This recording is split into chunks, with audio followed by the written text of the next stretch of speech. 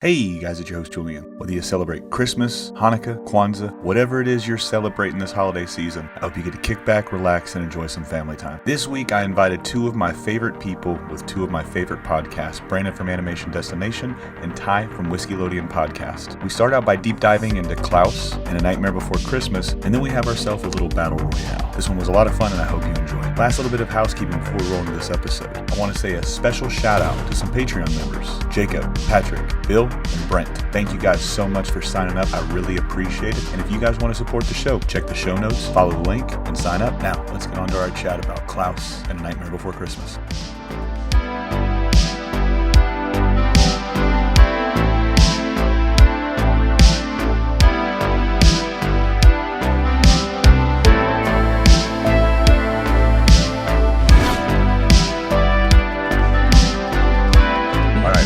Ladies and gentlemen, while we're here, first off, happy holidays, Merry Christmas. Whatever you celebrate, I hope you get to have some great family time and some nice time off from work.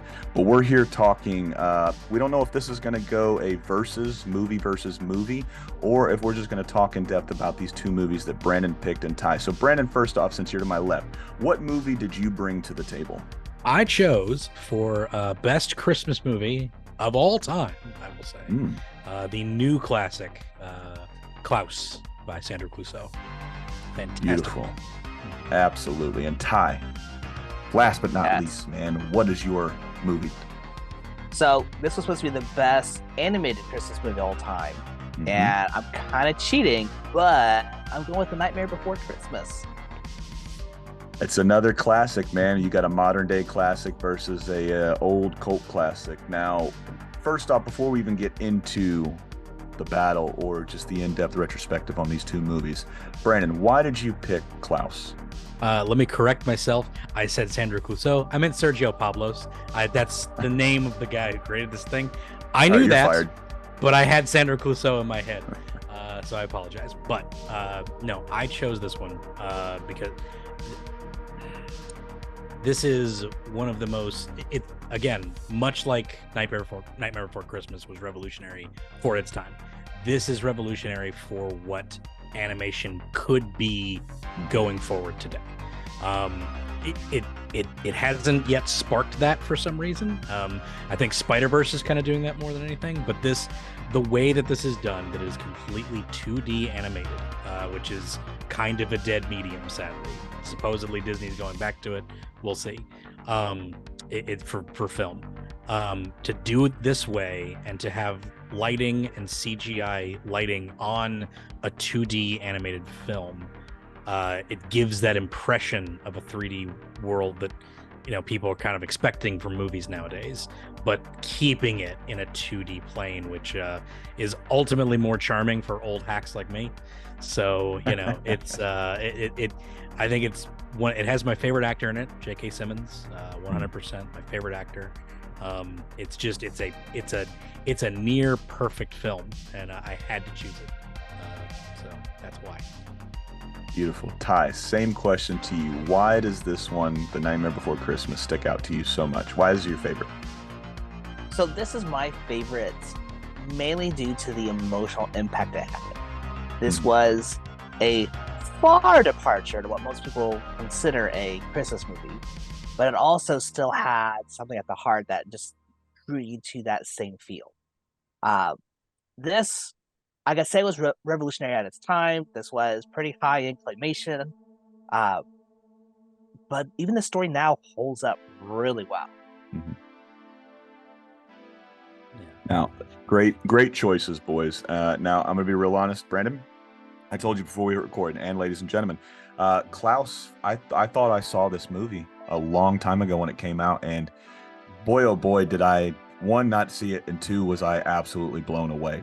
Now, if we're being completely honest too, Ty, up until the last 2 months when my youngest son, Cooper, our 2-year-old, really got into wanting to watch movies, and it was Halloween time, So it just popped up in the Disney Plus feed, and then he got hooked on this movie, A Nightmare Before Christmas.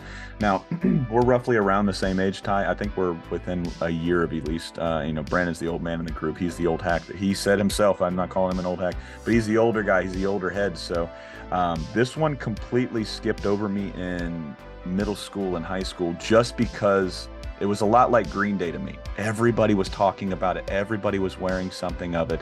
And I saw it, and then, like most things when I was younger, I just could not disassociate the art with what everybody else was saying. It's so good, it's so good, it's so good. So I had a hard time living up to the hype that everybody else put around it. And it wasn't until these last couple months that I got to see this movie and really appreciate it for what it was. Both of them. I want to ask you real movies. quick. What year were you born? I was born in '89. Okay, yeah, so we're roughly the same. So I'm very curious why you didn't really see it or notice it until you were in middle school, because this came out in like '93. Like, you would have been 4, I would have been 5. So I saw it as a child, which is why I have such a strong pull to it. So I guess I don't know why I didn't see it. I don't know how. I probably have seen it at some point before then, but it really didn't become a huge thing, people talking about it, becoming the zeitgeist until, at least for me, once we hit middle school. Every chick that was into fucking My Chemical Romance. It was the goth anthem of the time. Yes, absolutely. Agreed, was. Understood. And it was just like I said, when I remember seeing it in middle school and then everybody talking about it, they built such a huge, they put it on a pillar at that time that I just didn't understand. And it's not like I didn't love stop motion or claymation or anything like that. I love Gumby. Gumby was one of my favorite things of all time when I was younger. So I love that style. That was what originally got me into animation, just seeing all this cool things and realizing that's the same thing as the Looney Tunes. And the Looney Tunes is the same thing as stop motion and claymation. So I don't know, man. I can't really give you an honest answer other than it just skipped over me. But I found I really grew a love for this movie when Cooper would just not want to watch anything else. It was all Jack, Sally, and I was like, all right, man, well, I guess we're going to watch this as much as possible. Like I said, phenomenal choices. Now, I think I've already decided that we're probably just going to talk in depth about these two movies because I don't think it's right to kind of put them against each other, even though I think it would be an interesting battle. But I think it'd be a little better, since it's the giving time, to really give these two movies their roses, pit them against each other in a battle royale, if you will, ladies and gentlemen. So who wants to go first? Brandon, you want to go first? Ty, you want to go first so we can explain the plot of both of these movies? Well, I will allow Age Before Beauty to go. Ooh, shots fired, Brandon. The aged, the wise go first. I'm fine with that. But yeah, the plot of Klaus, we want to cover in what goes on, right? Mm-hmm. Is about a rich young mailman, which is funny to say. So his father, Jasper, is the main character, and his father is the head mailman of the entire country, essentially. Was he the head? I thought he actually owned the business. It's a whole thing, because it's like a core of people or whatever, and it's like a government sanctioned type of type of deal. So he's the I guess it would be considered a business at the time, it's postage type of thing. It's a postage business that he runs, and Jasper is his lazy, narcissistic trust fund kid that he's trying to teach to be a man and stand on his own. And finally he gets kind of fed up with the way that he's not training properly, he's not learning anything, he's just sort of like gallivanting around like a lazy schmuck, played expertly by Jason Schwartzman, who's in everything nowadays. He was in Spider-Verse, he's in Scott Pilgrim again, so Jason Schwartzman, and he basically tells him, like, all right, here's what you're gonna do. You're gonna go to this island and you're gonna establish a mail post there, and you need to send somewhere around 6,000 letters from this post within a certain amount of time, or you are a year, or you are cut off. you're done. Like no trust funds, no money, nothing. You are completely on your own if you do not accomplish this thing. So he has to go on a boat into this curmudgeon town that just hates each other. It's within these two families that are feuding against each other, and this island is essentially just a misery hellscape that everyone goes into and just gets like sucked in, and they can't, bright-eyed people go into this place and just get destroyed by this town essentially.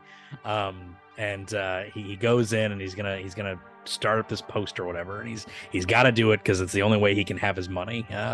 And he ends up meeting an old man in the woods named Klaus, and essentially they start he basically tries to taking advantage of this guy to use his toys to kind of like send postage through.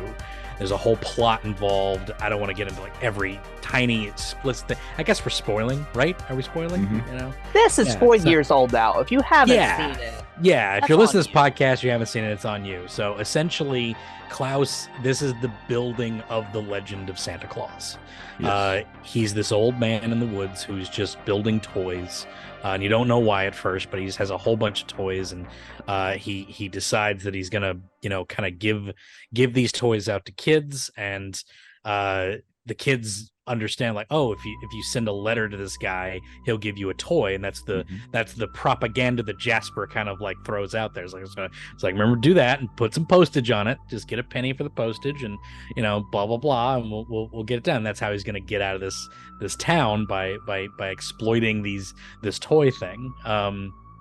And through the course of delivering these toys to all these kids, he's helping Klaus like go through and deliver these toys. They create the legend of Santa Claus. They ramp the sled off the thing, and a kid sees the sled flying across the sky and stuff. They think it's they think it's a flying thing. This tribe of Somni people show up to help him build a much more of the toys, and they kind of like, they're sort of the elves kind of thing. It's very, very interesting, like the way they do each little legend of Santa, and it's just a lot of fun. It's a lot of heart to it, because obviously like Jasper's heart grows as this town goes along, but the town is starting to get along again because their children are helping each other out. There's spread of joy and spread of good deeds towards each other, because they know that you're going to get a toy if you do something good. That little spark of like a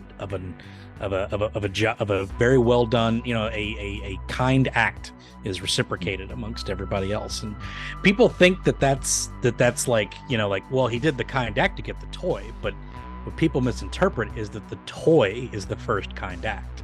That gives a toy to a child, and that's what sparks, oh, like if I do more good things can happen, etc. So, and just the spread of kindness, and it starts to get sabotaged by the two heads of the family because they like the feud. They know the feud needs to stay alive, so they literally team up to keep the feud going, which is preposterous. Like it's just like this really ridiculous, climax of insanity. And it's a lot of fun. I don't know if I want to go into the ending immediately, because let's save it. It's special. It's very special. I tear up every year. I'm gonna tear up again when I watch it this year. It's great every time. So it's good stuff. So you shared a good portion of that line of the story. Tell me what drew you to this story. What drew me to it was definitely the animation, just the look and feel of this, because Sergio Pablos he'd kickstarted this. Actually, this was my, I want to say, second or third animation recommendation when I started the podcast. It was right around then. It might have been like further down. It might have been like the 10th. I don't know. I remember my first, but it was somewhere. You always remember your first. Always remember the first. It was Hullabaloo, which finally dropped an episode. I can't remember when it was, but it was very early on. It was one of my first few episodes, and I mentioned this movie that got kickstarted and picked up by Netflix called Klaus, and I knew about it then, and I knew that it was going to be this 2D animated thing, so I really wanted to check it out. And the moment it finally dropped in 2018, 2019, it was right before the hell year, and it was amazing. Right before the darkness fell. The dark times. Can you imagine telling kids about 2020 who didn't experience 2020? It's gonna be ridiculous. It's gonna be, but anyway, but yeah, I was immediately drawn to it because of those first looks and that first trailer. This thing that was 2D that was like mimicked to this 3D look with the lighting, and I had to see it. Like, I didn't know if it was going to be any good. I legitimately was like, I'm watching this for the animation, and then everything else like completely blew me away. So it was great. Fair enough. What about you, Julian? I know you and I both missed this and just watched it a couple days ago. So with this one, I'm so glad you made this recommendation, Brandon. This was a beautiful movie. From start to finish, I was enamored. I kind of sucked in just like you were. The 2D animation was beautiful, especially in a time where everything is three-dimensional. It seems like CGI, but I know I'm not using the right term. It doesn't, this seemed real. This seemed like a picture book to me. Yes. Not just because the characters were flat, but this could be a story. Like I said, start to finish, a beautiful movie. The guy that created this, nothing short of a masterpiece. It's a modern marvel when it comes to new movies. And just like you alluded to, we won't talk about the ending just yet. I haven't. Full stop, man. I'm still trying to. I've talked about it on social media, but I have not talked about it in the podcast yet. But my dad passed away on October 9th, and you're going to hear podcasts of me talking about him, where it's like we weren't close. We had a very different relationship. And it's been a couple weeks since I've actually cried about it. But watching the end of that movie of Klaus, that really brought back a bunch of like memories, but it was like a bunch of like shit I wish I would have done differently, bunch of regret. And seeing the end of this movie, I started to cry, mainly because the movie was wrapped up so beautifully, but it made me think of my dad. Even like I said, it was a very interesting relationship. It was very hard. A lot of times we didn't talk, sometimes we did, but this movie, I don't want to say it helped like usher me into the next stage of whatever grief is, because I still don't know how to feel and what to feel on a day-to-day basis. I still try to repress it, but this movie made me feel just a little bit okay with, not so much with his passing, but with just that scene alone. With you see it in the beginning of it when you get met with Klaus and he meets Jesper, with the snow blowing. Right, you see it at the end of the movie too, and that kind of like, I got goosebumps now just thinking about it. But it kind of pushed that regret that I have, pushed it a little bit further, so I didn't have to hold it a little bit more. I didn't have to carry that weight as heavy as this has been. It's stupid to think something like that or say something like that with a movie that has nothing to do with a dad passing or anything like that. That's not stupid at all. Stop it. But no, it's like I said, I didn't want this to be a downer, but like I said, just seeing that scene, I went back and I rewound it 2 or 3 times, and I was watching it with my kids, and it fucking stuck with me for so long. And then I take my oldest son to karate, and then I wanted to play it again, and I played it again. By the time it was all said and done, I probably played that last few minutes maybe 5 or 6 times that night, and it just stayed with me for quite some time. Full stop, start to finish. Beautiful movie. I was sucked in for the 2D animation. It got me with the heart that it just had layered in every. You could tell which way the story was going to go with these characters because you've seen it 100 fucking times. How they got to the destination they choose to go. Yeah. Nothing short of a masterpiece. Flawless. Even the Russian judge or the French judge, whoever gives the shitty grades whenever they're doing the gymnastics, gave this a 10 out of 10. Fucking, like I said, beautiful movie from start to finish. Well, the Russian judge gives the Russian kids a good score, just not the American ones. Well, hopefully he'll give this one a 10. But yeah, beautiful movie from start to finish. 100%. Yeah. So I gotta be fully transparent. Mm-hmm. Juliet approached both Brandon and I with like, hey, we're gonna do a battle of the Christmas movies. So I came into watching this with a chip on my shoulder. I'll admit it. And initially, this movie, the animation was great. I will absolutely sing the praise of the animation. But the story gave me Christmas meets a knockoff Emperor's New Groove. It did have Here a is Cusco vibe to it. A shitty person who's entitled and thinks he's owed so much, finds out he can lose it all. And it's this. The storyline almost felt like a Hallmark movie pitch. So I was watching this and like, I mean, it's got good animation, but this beginning is giving me some. I don't know why he picked this. And then the heart started coming in. Mm-hmm. Well, first off, Rashida Jones. Rashida Jones, which you hadn't had a chance to mention, is in this as a teacher who was sent to this island. Yep. And is so fucking jaded because none of the kids wanted to learn. They're off hating on each other. So she turns her school into a fucking a fish shop. He was a fishmonger. Yep. Yes. And so one, I hella appreciated how the different nuances of their journey of Klaus and Jesper spark these different things with the origin of Santa. So I love that. But then you start seeing how, hey, one act of kindness sparks another. And that's routinely thrown out throughout the film, where these kids are like, well, I want to write a letter, but I don't know how to write. And Jesper's like, he does a kindness out of greed.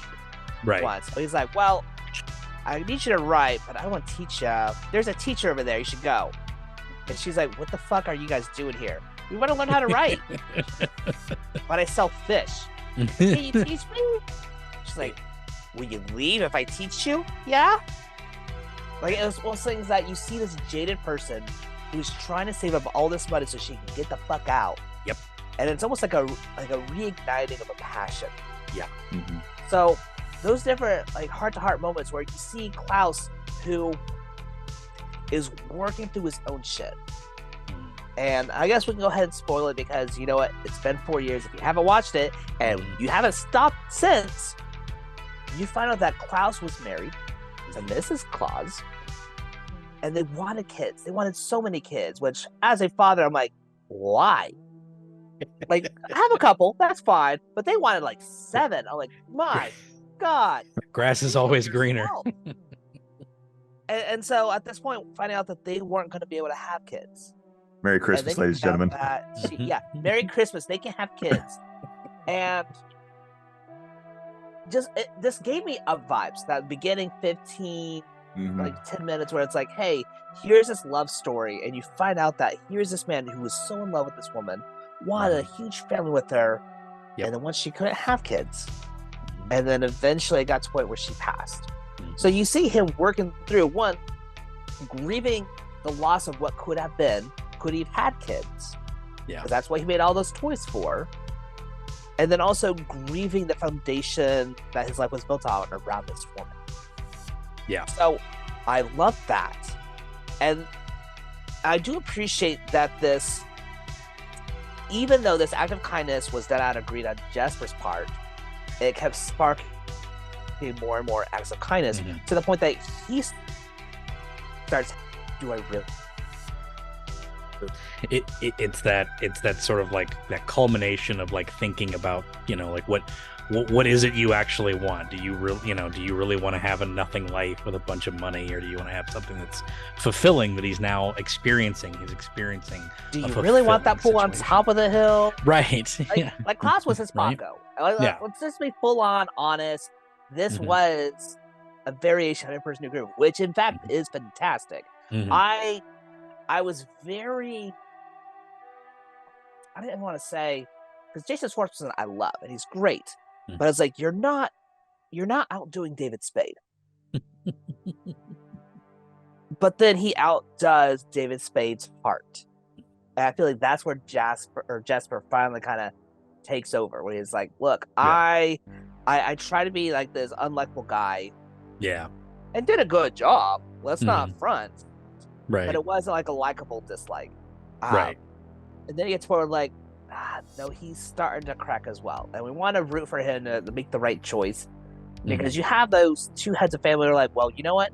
well, let's get him out because we see he needs 6,000 letters. So it doesn't matter if you know how to write, guys. Just write something. We'll pay for postage, and we're going to give it on this boat. And it gets to the point where Jesper's dad comes and grabs him like, you did a good job. Congrats. Let's go home. And everyone finds out because they come out and see his dad telling him, yeah, we can go home now. You did your job. Let's go. And they realize, you played us. And of course, that's the classic, hey, here's this rich guy coming to a country and then finds he can fall in love with the country people there. And the story itself wasn't original, but the execution was actually pretty on point. So that's one of the reasons why I didn't want to battle, because I do enjoy this movie. And while I came in with a chip on my shoulder, and again, I'm admitting it, I see why this is so beloved. And I'm kind of sad that I missed out for like these last 4 years from the eternal darkness we experienced after 2020. Right. Did you ever watch The Last Dance? Did you guys ever watch The Last Dance? The Chicago Bulls Michael Jordan documentary? Oh, yeah. 100%. Yeah. So that meme that's going I watched The Last Unicorn. Oh, that's great. Yeah, that's a great one too. You should definitely watch the Last Dance. It's on Netflix. But that whole I came in with the chip on my shoulder made me think of Michael Jordan, and you can see it as a meme and a gif. He's like, and then I took that shit personally, and it's Michael Jordan sitting there talking about all the people that he beat the shit out of to get 6 rings. So that's Ty. Not only are you Batman today, but you're also Michael Jordan. You're like my 2 biggest influence as a kid, man. Yeah. Shucks. There you go. Well, you're my hero too. There you go. Oh, stop it. You touched on it, Ty. You touched on one of my favorite parts of the whole movie. There's 2 parts that always kind of get me to. It gets my throat a little bit going, a little leakage in the eyes, a little tickle in the eyes. It's obviously the very end, which I just let that run. Like I don't keep that. But the one that gets me a little choked up is when the kids go and they ask her to teach her how to write, and she's just like, all right, whatever. If you'll leave, I'll do it. And then she teaches a girl how to write her name, and she's being very flippant. And the girl looks at her and says, "That's my name," and it's like, yeah, that's your name. And then she just kind of like goes, wow. And she's like, has this like look of awe on her face that she just wrote her own name. And she says, can you teach me something else? And then it's just that little bit of like, and I'm getting teared up about it right now, because there's just like, they're having someone like get that spark back for the thing that they loved is just that always hits me pretty hard. It's why I really like the Speed Racer movie that no one likes. Which is so dumb. It's a good movie. It's a good movie, I enjoy it a lot. Which I didn't appreciate it at first either. I thought it was silly, goof, like I was on the bandwagon, and then I sat down and watched that movie. I'm like, this is about a guy who loves something and he hates that it's corrupted. It's wonderful. Everything about this movie is great. But seeing that spark enter her again, and sort of like a little bit of I would say like personal meat to that as well, is that I had trouble writing and reading when I was younger, and I had tutors kind of help me out there with that. And so it really sparks me every time I see it. Every time she gets that look on her face that she's, that she's doing something new, and then she realizes she has to go and buy school supplies, and she dips into that giant fish head full of money, and she's like very hesitant because it's like she almost has enough to get out of that town, but then she plucks out of it to buy the kids pencils and paper and to teach them, to teach her. She has that spark back, and it's just like, it's so wonderful. So let me ask you this: was it the fact that Rashida Jones's character regained her spark for teaching, or was it the students realizing, I want to know more? It was her spark, I think, more so, because it was because the students, like, that was nice. Just the that being like the catalyst for her to get that spark back, that they want to learn now. They want to learn more things. And but when I was a kid, like, I hated school. I didn't want, like, I was really, really bad at it for a long time.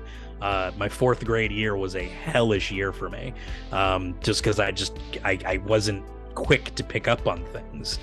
And now like I love I have Skillshare. I have, I love learning on my own now. It's like way You have more. a glorious beard, like Right. you're on top Thank of you. things now. Thank you. I apologize. I appreciate that. But yeah, no, it's but yeah, I like to learn a lot more than I did back in the day. I like to write things and to think about things in a way that I didn't when I was a kid. I just wanted to watch cartoons. So it's literally all I want to do, but I can figure it out. I figured out a way to do that. So it hits me a lot to see somebody like see their passion again and to get that back and just the way that that Disney way that people emote and stuff. It's just like, man, those big Disney eyes are awesome. It's like it's great. It's great stuff. What about you, Ty? What was your favorite scenes in Klaus? Yeah. I mean, I just have a huge love for Rashida Jones. I mean, ever since Parks and Rec, like I've just always been a fan of hers. So I also really loved her getting that spark back. Mm-hmm. Honestly, that arc right there is kind of what was a big thing for me with The Night Before Christmas. So I'll bring that up when we get to that. Mm-hmm. But if I think of other things, I really loved how they showed a man who had been grieving and kind of working through that, and how he kind of leaned on Jasper, who was using him. He was literally trying to manipulate the situation for his benefit. But that was the push that Klaus needed to kind of work through that trauma of grieving what could have been and grieving what has been lost. Yeah. Like that was huge for me. Yeah. Yeah, and also like when he learned, like that's really Jasper's turning point, is when he learns why he had those toys, and kind of going to that forget the little girl, was it Anya, the little Somni kid? Yeah, when he like taught her how to went to the teacher's house, taught her how to write a letter in English, and stuff like that, and he went back to make this sled for her, because Klaus isn't going to do it. He's they've had their first little conflict where he's not going to make any more toys. That's not like we're out of toys. We're not going to make any more. So he decides he's going to go to the workshop and start doing it. And Klaus wakes up after Jasper's worked himself to sleep, and he just starts like, all right, and he starts making the sled with him and stuff, and it's one of my favorite scenes. Again, is Jasper wakes up and he sees him making the thing, and he goes to say like, Klaus, I'm sorry, and he stops him and he just points at the planer. It's like, just work. I don't want to talk about it, but we'll but we'll make this toy. It's such a great moment for this old grizzled guy who's trying to get his soul back. It's so good. We're not doing that scene justice. We got to go into it, right? Because literally it goes in where Jasper is like, shit, hold on, we gotta make more toys. We can do this. Here, I'm set, because originally he's like, hey, we're running out of toys. He goes, yep, once they're all gone, like, we did it, we're good. We did our good deed. Sweet. Right. He's like, I don't have enough letters. Yeah. Shit. So Jasper is trying to take these overdrives, like, hey, I've worked on your workshop. We have here for the wood, we have here for the gears, and then here, and there's this place in the cupboard, and Klaus is like, motherfucker, step off. Don't go there. And Jasper doesn't pay attention and pulls it up, and that's when you find out that all these blank spaces, because it's basically a mural where you have Klaus and his wife and a bunch of little alcoves that they wanted to put like not models, not action figures. What am I trying to say? Little miniatures, little miniature dolls. Miniatures of the kids that you wanted. And that's when Klaus is like, you've gone too far. Yeah. You have pulled up a memory I've been trying to repress so long. Get the fuck out. Yeah. And so at this point, Jasper, one, feels bad. Yes. But he's also, the reason why he starts working on that sled is because, like, well, I guess I got to make these toys if I want to get out. And it's not even so much he's trying to do it out of the goodness of his heart, even though that's probably a big part of it. But that wasn't his sole motivation. There was that underlying greedy motivation of, well, I guess I got to do this in order to get out of here. But Klaus walks in and sees him trying to build this sled. He goes, he's still trying to make this girl's dream come true. Mm-hmm. And that kind of changes things for Klaus. From a whole, hey, I just want to get rid of this, maybe feel good that I get to help kids that I wish I would have had myself, to this is now a mission. This isn't just trying to unburden myself. This is much more about finding a purpose. And that's really what this movie's been about, is finding purpose through acts of service. Yep. Mm-hmm. So I was super jealous about that sled they made, where it's like, oh, hey, we made a sled that acts like a sailboat, so now you have a sail, and she's able to just like sail through the snow. I was like, I want that. Yeah. and that is the turning point, I think, for both of them. Like, Jasper doesn't quite admit that he wants to stay or anything like that, or that admit to the fact that he was fleecing them from the start. But like when he makes that boat for that kid, when they're both sitting there watching her play with it, and that's when their souls melt. They want to do this for good. And then Jasper just kind of has like that. It's that liar revealed thing in movies where you just can't quite say the thing, and you keep getting interrupted when you have that moment to say it. And it's an old trope, but they do it in everything. So it's a bit harsh, but yeah, that's the turning point was the little girl, and that again sparked the whole thing. It was like, well, we can't make that many toys, and then all those Samney people come to the village and help him make all the new toys for what will become Christmas, because Christmas isn't a thing yet, I guess. So yeah, apparently it is, cool. But the presence is involved with the holiday. Yeah, the Santa Claus part of it's not real, so yeah, it's not a thing. So it's a lot of fun. I think it's great. And then we get Christmas was more pure about Jesus' birth. Jesus, and it's too commercialized now.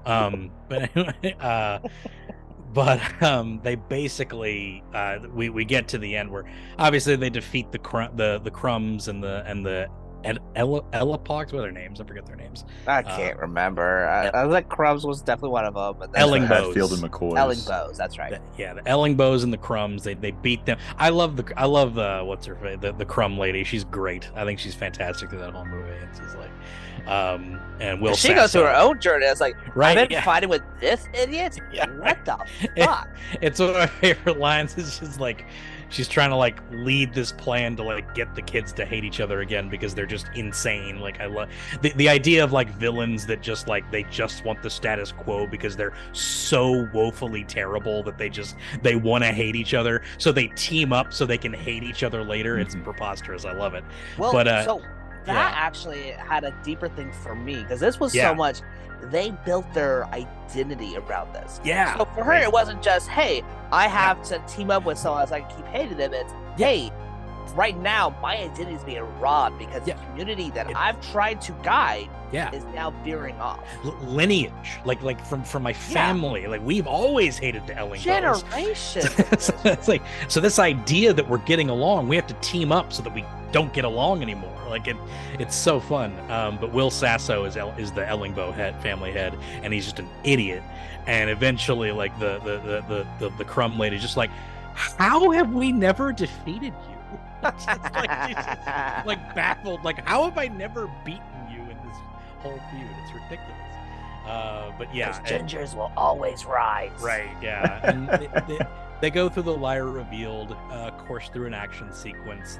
There's little Romeo and Juliet between the head daughter and head son thing that's kind of built up through the movie. And, the town gets together and it's all wonderful. But that's not the end of the movie. They go into the epilogues of how Jesper gets with Alma. They have kids, and every year they do this toy thing, because doing it year round can't really do it, but they do the toy thing on Christmas every year. And then you see this great scene. I gotta set this up. Throughout the whole movie, Klaus has been sort of guided by the wind.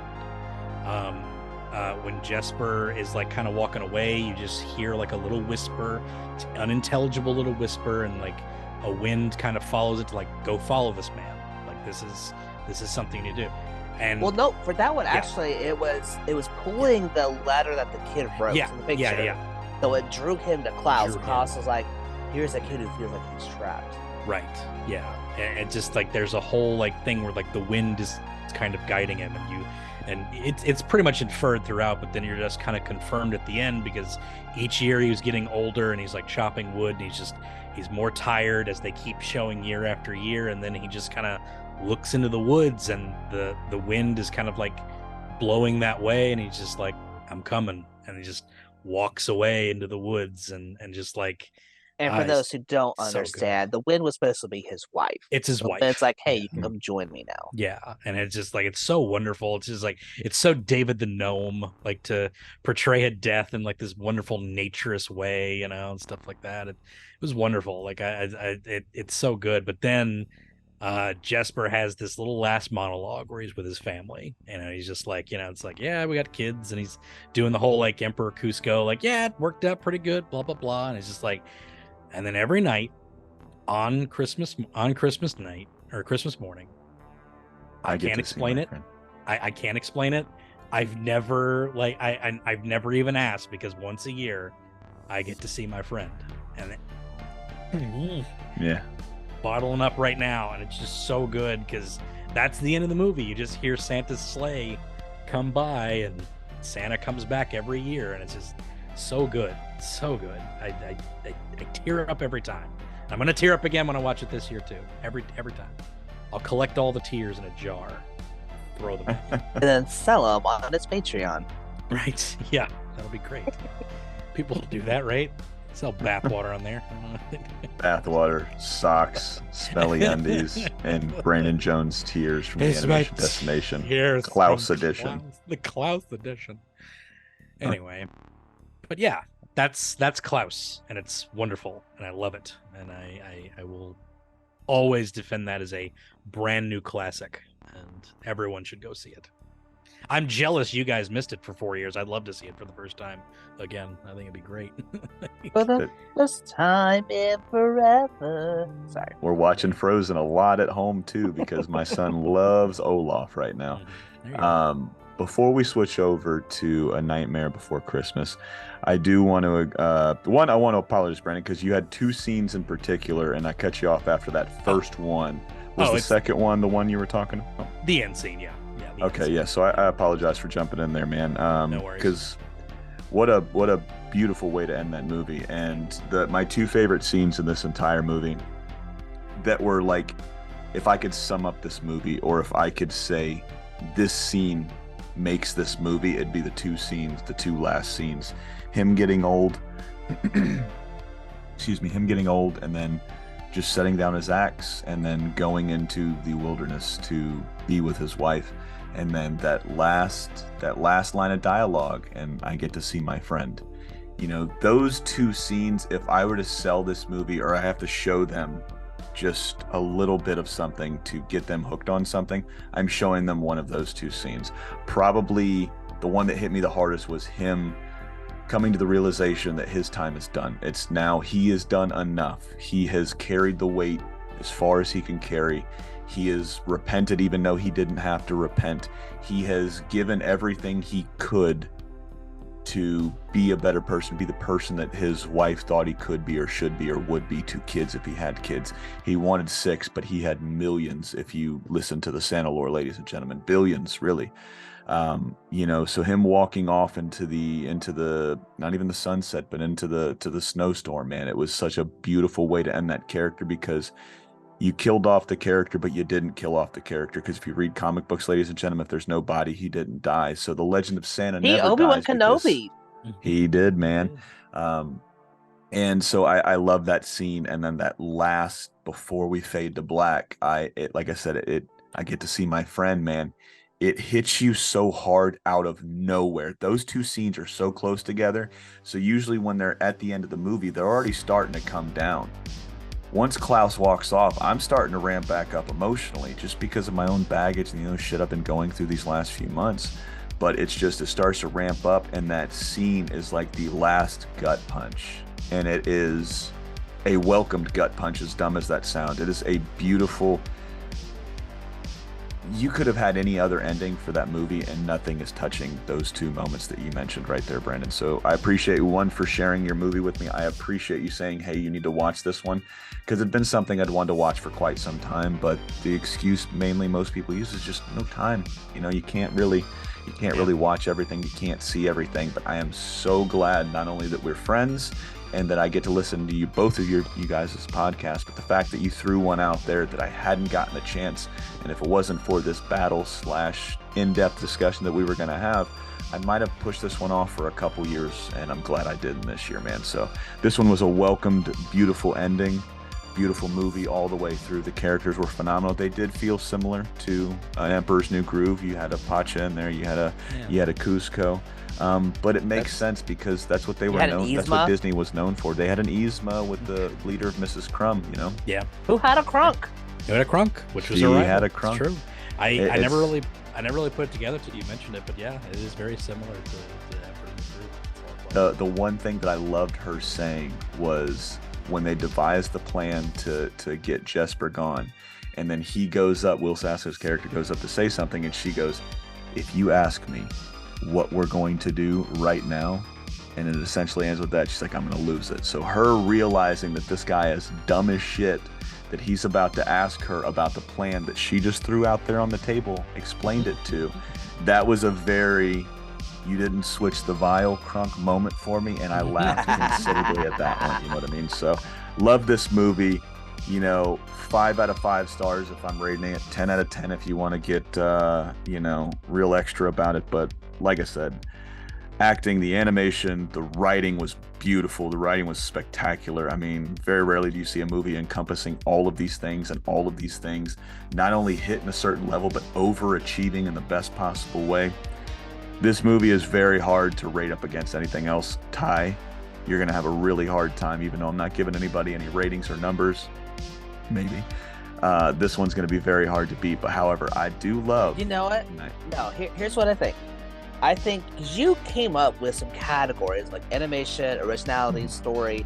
Like, at the end of this, we should go ahead and go through animation, whatever the categories you had, and we'll give a number to it. Okay. Because this movie deserves respect. I will absolutely come over that. And to your point of not having enough time, listeners, if you feel like you're not having enough time, do a podcast. It's going to force you to watch stuff you wish you would have watched earlier. Absolutely. It's true. It really is. You got to have a leg to stand on. Now, before we get to A Nightmare Before Christmas, ladies and gentlemen, we will be right back. All right, and we're back from that scheduled commercial break. I think that's what they say, ladies and gentlemen. But we're back, and we're talking the second part of our versus / in-depth review discussion of these two beautiful movies. And we're talking Ty's favorite Christmas movie of all time, A Nightmare Before Christmas. So Ty, just much like Brandon did, take us through the plot of A Nightmare Before Christmas for the folks that might not have seen it. So if you haven't seen it, again, this movie is now 30 years old. So if you have not seen it, guess what? That's your fault. You also have a chance to go ahead and pause it so you can watch it before coming back to this episode. But the premise of A Nightmare Before Christmas resumes with Halloween Town. And you have the scariest monster there, Jack Skellington, who is finding himself kind of burned out of doing Halloween every year, and realizes and is ignited by learning about Christmas Town and the Christmas holiday. And he is now trying to set things up to where he can do Christmas because he thinks that will give him the new purpose he needs. And that's kind of just a basic outline. There's so much more nuance, but that's just an overall outline of what to expect with this movie. This is directed and I believe created by why am I spacing on Tim Burton's name? Tim Burton, yes. So the creator of the first two Batman movies, the creator of Beetlejuice, yes. So we have that dark gothic around here, and is beautiful. Mhm. So, right off the bat, we have Jack Skellington and the music by Danny Elfman. We have Sally, who was voiced by Kevin's mom, Moira from Schitt's Creek. Catherine O'Hara. Yes, thank you for cutting me off. But also, I forgot, so thank you for letting me remember. It seemed like you were kind of stretching it, so I wanted to. I was. I really was. He was tap dancing. I was like, man, why can I not remember Catherine O'Hara? This movie, there's a lot of childhood nostalgia that goes into this. But honestly, rewatching it again, and it's been a bit. I tried to show it to my kid, and he wasn't as big a fan as I was hoping. He didn't hate it, but it's kind of like, you don't get it. Ugh. Not yet. He'll get it in a yet. couple years. Maybe. We'll see. We'll see. But this one still slaps, man. Like, I think Absolutely. the biggest thing is the music is just fantastic.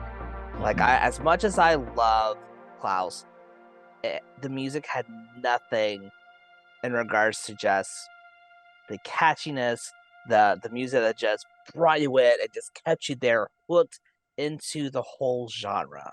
Danny Elfman is just a fantastic composer. So I just being able to sing those songs from Jack Skellington and Christmas Time going, what's this? To the Oogie Boogie song, which actually, fun story, I was in a theater class in high school, and we were trying to do a musical. It was like a musical class where we had to come up with a musical and then act it out. And of course, I did the Oogie Boogie song, and my partner, who was a woman, played Santa Claus, and we were basically, what's the word I'm looking for? Lip syncing the song. So I'm sitting there lip syncing Oogie Boogie, and she's lip syncing Santa, and it was amazing. Because I'm sitting there, I have her in a chair, I'm doing these dances, kind of like flipping around, and then like she's like, release me now, or you will face the dire consequences. There's so many memories surrounding this film for me. But then rewatching it and trying to have a less or a more critical look is what I'm trying to go for. Because I was critical of Klaus and was pleasantly surprised. So I tried to be fair and have that same critical look. But it hits, man. Even now, I think the biggest thing for me now is Jack Skellington and realizing he's going through burnout. That is something that is so prevalent now that I think that's one of the reasons why this movie is so loved and still around to this day. Because here's a man who is burned out being the best in this one area, and then he sees, oh hey, here's another thing. I could take on this other identity and take on Christmas, and that's going to give me the purpose I feel like I've lost now. And you go from between that to you have Sally, who of course is the rebellious teenager of the Doctor, who is sitting there escaping, but she's like, I want to be there and support you, but this premonition I've had says this is going to end in disaster. So now I'm trying to stop you, not out of like you're wrong, but I just want to protect you. And so being a parent now and kind of be like, hey, I see this thing you're trying to do, but I also want to protect you. It might look like I'm trying to stand against you, but I'm doing it because I'm scared this is going to hurt you. Yeah. There was so much heart that I was like, as a kid, the music and just the fun gothic-y storyline was great for me. Now, as an adult, having lived life and sorry, let me rephrase that. Having survived life, it hits on different levels, but still just as hard. Yeah, absolutely. Couldn't agree more. I sent you guys a message. Check that message out real quick. We're going to keep it rolling, ladies and gentlemen, but I'm going to step away. I got my headphones in. I'll be right back. My initial thoughts coming into this. I did not appreciate this movie when I was younger at all. I was snobbish towards this movie for a long time. Out of curiosity, why? Like, what was about this movie that you're like, no, I can't like this? It was like kind of that, like, just like it was kind of everywhere. It was like that idea of like it was too popular for you to take it seriously. Exactly. I was being hipstery about it, you know. And I was being, and I fully admit, just like, I don't think it's that good. You know, I would always say like it, like, obviously, like the animation and like it bringing that whole idea of stop motion animation to that next level. Even back then, like, I would give it props for that. But I would say I didn't like the songs, and I don't like the look of it because I just wasn't like a goth kid. Yeah, I just would like tear this movie down. And it was not till pretty much adulthood when I like rewatched it. It was just like, yeah, this movie slaps. Like, I can't deny it. This movie's really good. Like, the songs are catchy. The designs are out of this world. They are insanely good. I don't think there's insanely detailed. I don't think there's a better group of 3 main character designs than Jack, Sally, and Oogie Boogie. I think that is like some of the most solid character designs out there. Like, no one, like, their silhouettes are so crazy good. I think Sally's one of the best designed characters ever because she is creepy and adorable all at the same time. She's like a perfect goth Barbie doll. Like, it's fantastic. So I gotta make a callback to Klaus. Yeah, because I absolutely laughed and was terrified by those kids. Yes. The wide eyes. Like, first they're like poking a snowman with carrots. And then you see the kid and they're doing it, but like putting the carrot as a nose. And like, oh, that's adorable, but y'all look creepy as fuck. Oh my gosh. There were so many creepy things in the back, like carrying the what looks like a body in a carpet, but they don't say it's a body and stuff like that. It's like very, very Nightmare Before Christmas style stuff in that movie. It was great. You know, fun fact, if you just type, this is what I get anyway, if you go into incognito mode on Google and just type Sally in images, and it's just Sally from this movie, which is crazy because it's, you know, like there are millions of people named Sally. When Harry Met Sally. There's hundreds of characters named Sally in movies, but she's the one that's on all of the things. You don't get that with a lot of characters. So, you know, because it's such a common name. But like I think those 3 characters are some of the best designs I think I've ever seen. And it hit me. That movie hit me in adulthood way harder than when I was a kid. And there might be a piece of it that's like missing for me because I didn't have the nostalgia for it when I was a kid. I saw it once and that was like it, and then I snobbishly dismissed it, and you know, and now it's like, man, I kind of wish I had that nostalgia attached to it as well, because people think nostalgia is like a crippling thing. It's not. Nostalgia is awesome.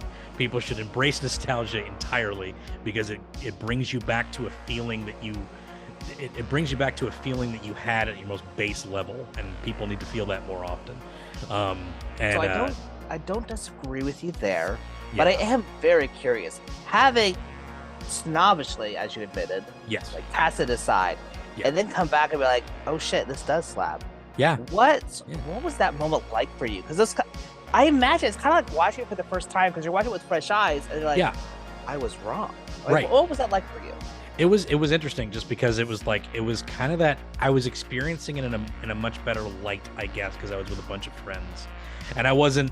It was when I was like I stopped being kind of snobbish about stuff, and like they really wanted to watch it, so I wasn't expressing to them, this movie sucks, it's not very good, it's overrated, blah blah blah. You know, like I never said it sucked. I will say that Your snobbish accent was fantastic. Thank you. Even as a kid, I never said it sucked. I always just thought it was overrated, and people liked it more than it deserved. I realize now that it's completely wrong. It absolutely deserves all the love that it gets. And it was that day that like people watched it, and like I remember just having a blast watching it, and I'm sort of like mouthing the words to some of the songs. I'm like, oh fuck, this has got some good songs, doesn't it? Oh shit, do I like this movie? God, no, all right.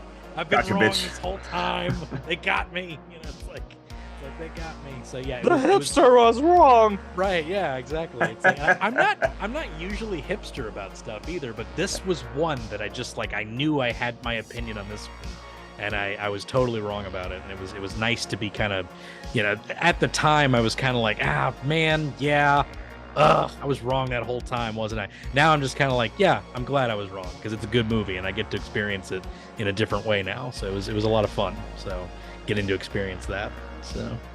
What Did you about ever watch Julian? South Park? Let me ask this one question real quick. You guys remember that episode of South Park where was it Stan becomes a goth? You nonconformist. That's you, Yeah. Brandon. You Yeah, nonconformist. I know, right? As a goth kid, it's like, oh, non-conforming. Oh, it's hilarious. Well, yeah.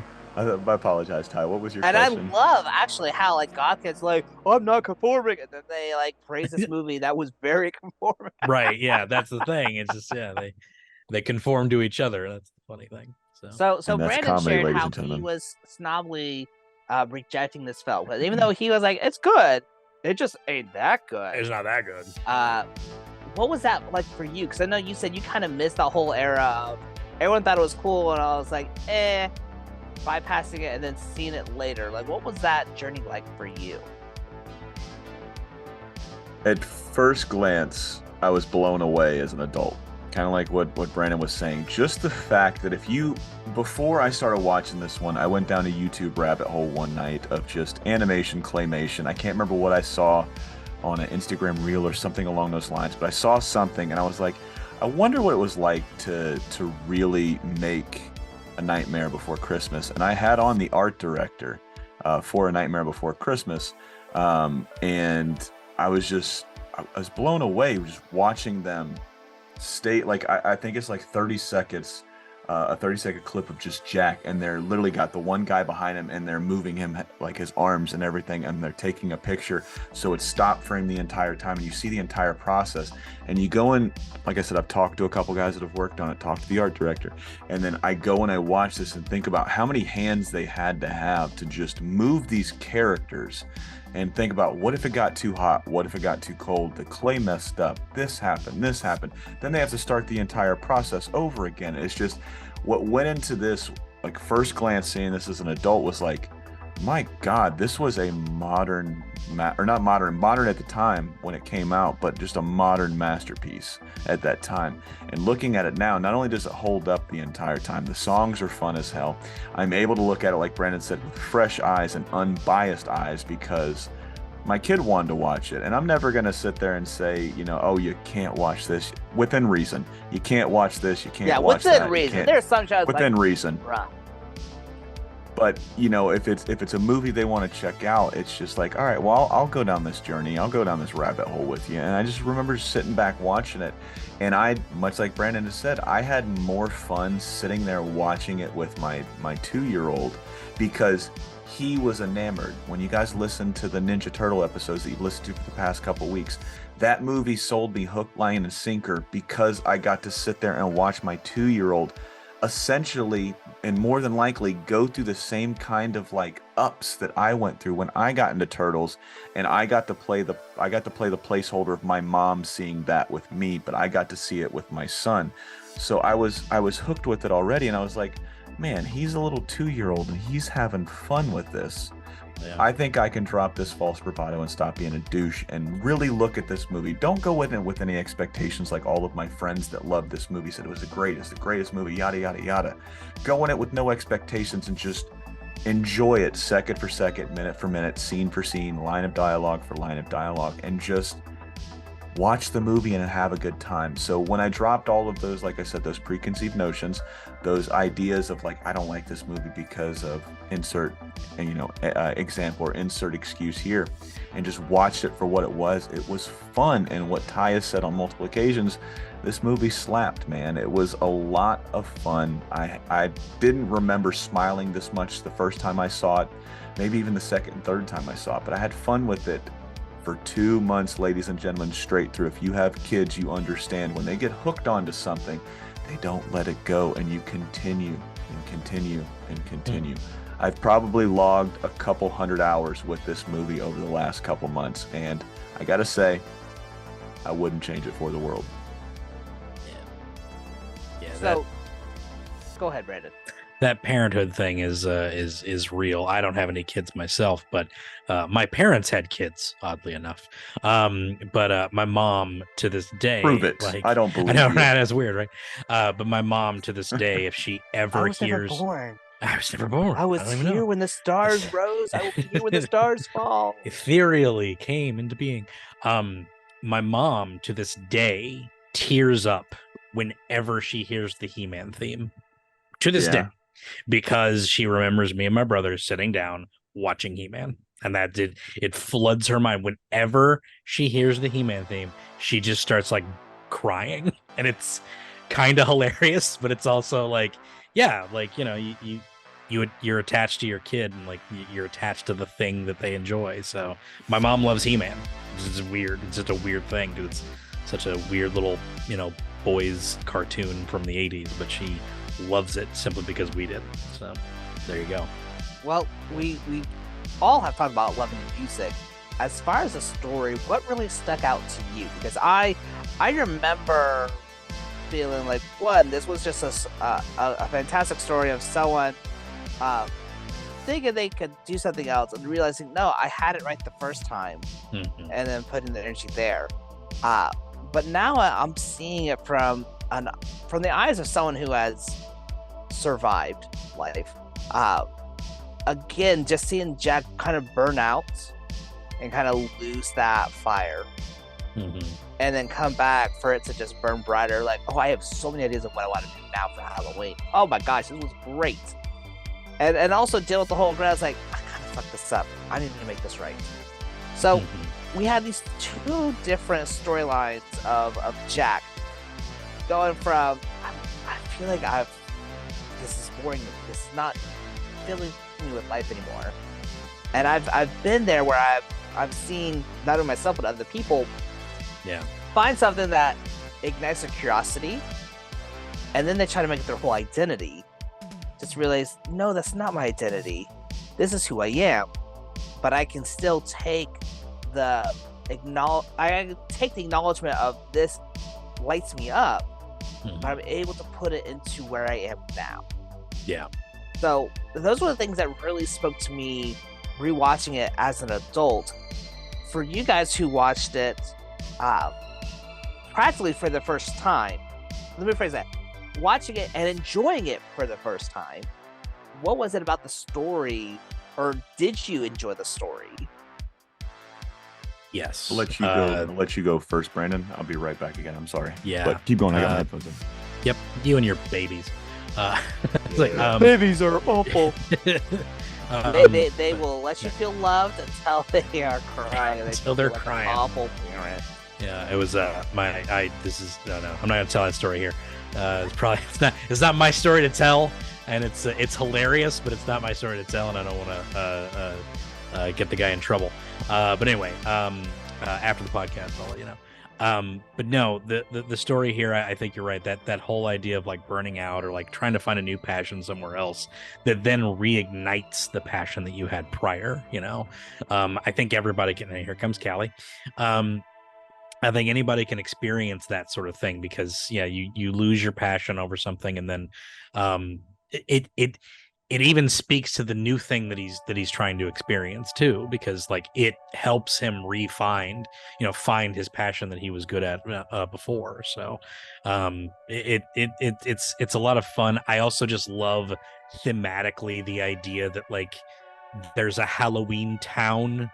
There's a town of Halloween, like there's a town of these things.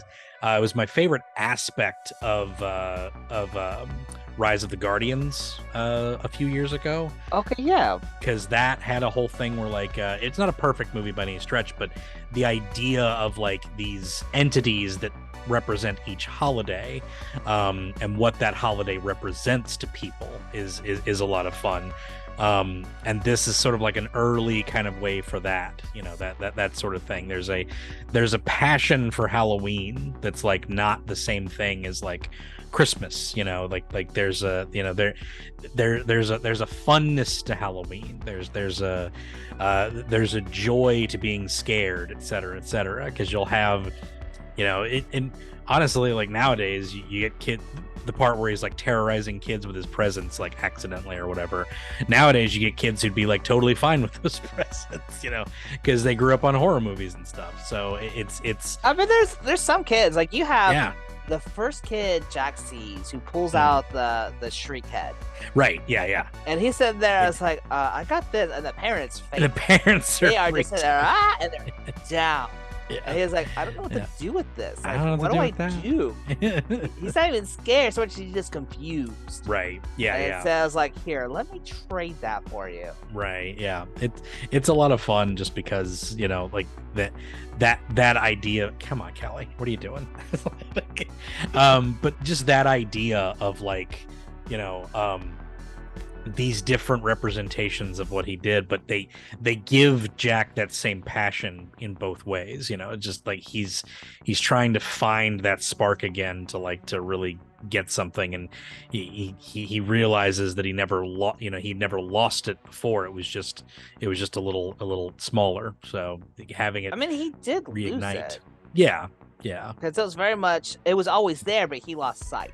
Right, he lost sight of it. Yeah, for sure. It was never gone, but he had lost sight of where it was. That's a better analogy. I like that. And then you have Sally, and Sally was an interesting thing because this person who loves Jack but feels unseen. Right. And then you see her trying to do these things. I initially took it as she's trying to get his attention. Hey, I'm trying to stop you from doing this, so you look at me. But really, no, she was just trying to protect him. Yeah. And she was kind of resolved, like, I don't think he's ever going to notice me. Yeah. But I also don't want this horrible premonition of seeing him burn to the ground. Yeah. Yeah, so, for sure.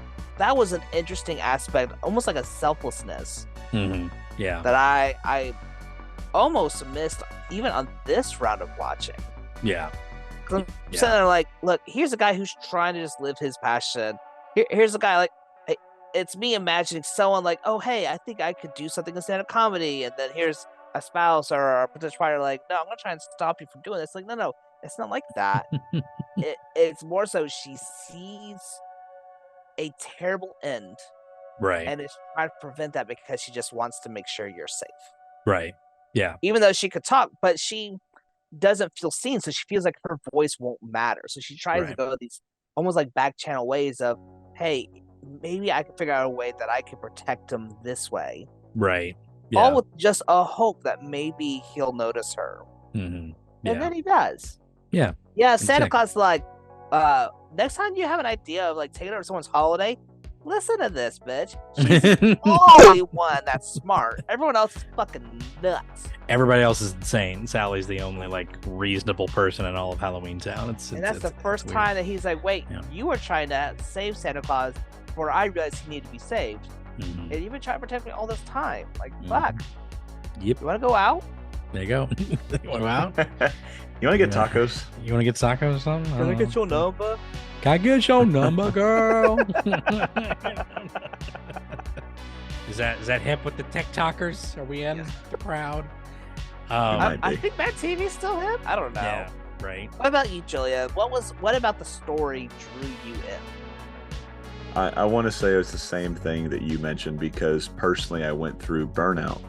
Like I said, COVID fucked up a lot of things for a lot of people, and it hit the industry. It hit the food industry extremely difficult, and I was very close to signing $80,000 away to open up my own food truck shortly before COVID, probably like 10 days, a week, 10 days tops before COVID hit. And how I got let go and how all of Day Shift got let go at the restaurant I was at when COVID hit, and how we were kind of drug along to, you guys are coming back, you're coming back, you're coming back, to ultimately not come back to the restaurant. I was extremely pissed off and jaded with the industry. I was done with the food industry. I was like, I don't want to do this anymore. I want to find something else. I want to find something that when I go to work, it feels like I matter at work. I want to be more than just a cog in the wheel. What Jack was going through is what I was going through. So just seeing that play out, obviously 3 years removed from that feeling, almost 3 years exactly removed from that feeling, seeing all of that, I was like, man, it brought up a lot of cool memories that I was able to put myself into a character and really feel what he was feeling and what he was going through. I 100% understood the motivation of this character, the reason that he would do anything just so he could feel for a second some glimmer of, man, I matter. Man, they see me. Man, I did something really, really cool that was fulfilling, you know? So that's what I loved most about this. I will say, you know, before anything else in this movie, before the music, before the dialogue, before anything else, the thing that comes up the most, other than what I just explained with Jack, is the colors that pop on the screen for this. The reds just seem more red, the greens seem more green, but mainly I tried putting red on in the background, but red head, red lights, red shirt, none of that shit matches when you got a vanilla face like me and red hair. It just doesn't look good. We don't look good. We don't look good as a people as a whole. But red and red just doesn't match. But just vanilla. Vanilla as fuck, man. That's why I named my little food thing the Vanilla Gorilla Kitchen. But just seeing the red pop on Jack, seeing the green, seeing the colors, it feels like whenever you start seeing the houses start decorating for Christmas and everything starts going up, it really felt like, oh fuck, this is the beginning of the year, or the beginning of the holiday season for Christmas. That's what the beginning of that movie felt like. Oh, they're all decorating now. Oh, they're all getting ready. Oh shit, they're not even in the same holiday unit. What the fuck is going on? You know, so I loved the character development of Jack. I loved what he was going through, felt so personal and so real. I loved being able to put myself in his shoes and know what he was feeling emotionally, mentally, you know, physically. And then getting to see all of the colors. Those are the two things that really popped for me for this movie in particular. Well, now I gotta ask, for the both of you, what was your favorite song? You go first, man. I want to think about it. Oh man, that's a tough one. What is Oogie Boogie song called? I think it's the Oogie Boogie song. Oh, it's the Oogie Boogie song. Okay, yeah. So I was checking. I thought it was. I just didn't know if it actually had a title. But yeah, that was great because Elfman really he hit on all the Betty Boop style songs at the time. That just the Cab Calloway style of things is just great, and just like the fact that he took that old 1930s stuff and put it into this character. And Ken Page is Ken Page his name? I believe it's Ken Page. I bet it's Ken Page, and he just kills it. He just has that really 1930s. You guys ever seen Over the Garden Wall? Yeah, that's a great 5-episode short. If you've never seen it, Ty, on aired on Cartoon Network, and it just has this old timey 1920s, or almost like Cuphead. Modern day Cuphead. Much like Cuphead, and it's just like that kind of music, like is just that old timey stuff you'd hear on a gramophone, you know. It's just that. Yeah, Benny Goodman. Yeah, stuff like that. That's Oogie Boogie's whole feel that I love, and he's just like, I don't know, I love that the idea that Elfman took all these different like sounds and put them with each character, because you know each character had a genre of music that played into them. Exactly, and that's my favorite is the Oogie Boogie song. That one's great. Absolutely love it. So, what about you, Julian? Oh man, this is going to be like the podcast or the movie for Because My Kids Like It. Cooper is now at that stage where he's trying to sing along, but he still can't sing along because he's fucking 2. He's trying his hardest, but what's this? That was the only thing that like he could keep up on. So what's this? So getting to see him say what's this? It's just something fun and whimsical about that song and plus, like I said, it's Cooper trying to sing it and trying to keep up with it. So it's if that's the name of the song, what's this? That's the song I like the most. I love that those 2 songs were my favorite, and you guys both picked them, and that just that warms my heart. Yeah. Well, hold on. Which one did you like more? Which one of your kids do you like more, Ty, in this podcast? Me or Brandon? I was like, which one of your kids do you love more? This got weird. Yes. It's not weird unless you make it weird. Julie, you made it weird. I would say initially my favorite was What's This? But I feel like a butt's coming. As an older person, And someone who loves just jazz in general, I feel like the Oogie Boogie song just takes the cake for me. It's got some soul. Mm-hmm. It does. Got soul. Ooh, Even though Boogie has no soul. I know, he's just a bunch of bugs. I love it. I love that he's ugly on the inside. It's the best thing. It's like the best thing. I want to bring up something. Did you guys ever play Kingdom Hearts? I tried. I couldn't get into it. Yeah. Larry hates me for it. Well, I will still love you. That's not going to change. But they have a level where they deal with the Night Before Christmas, and that just that brought so many memories for me.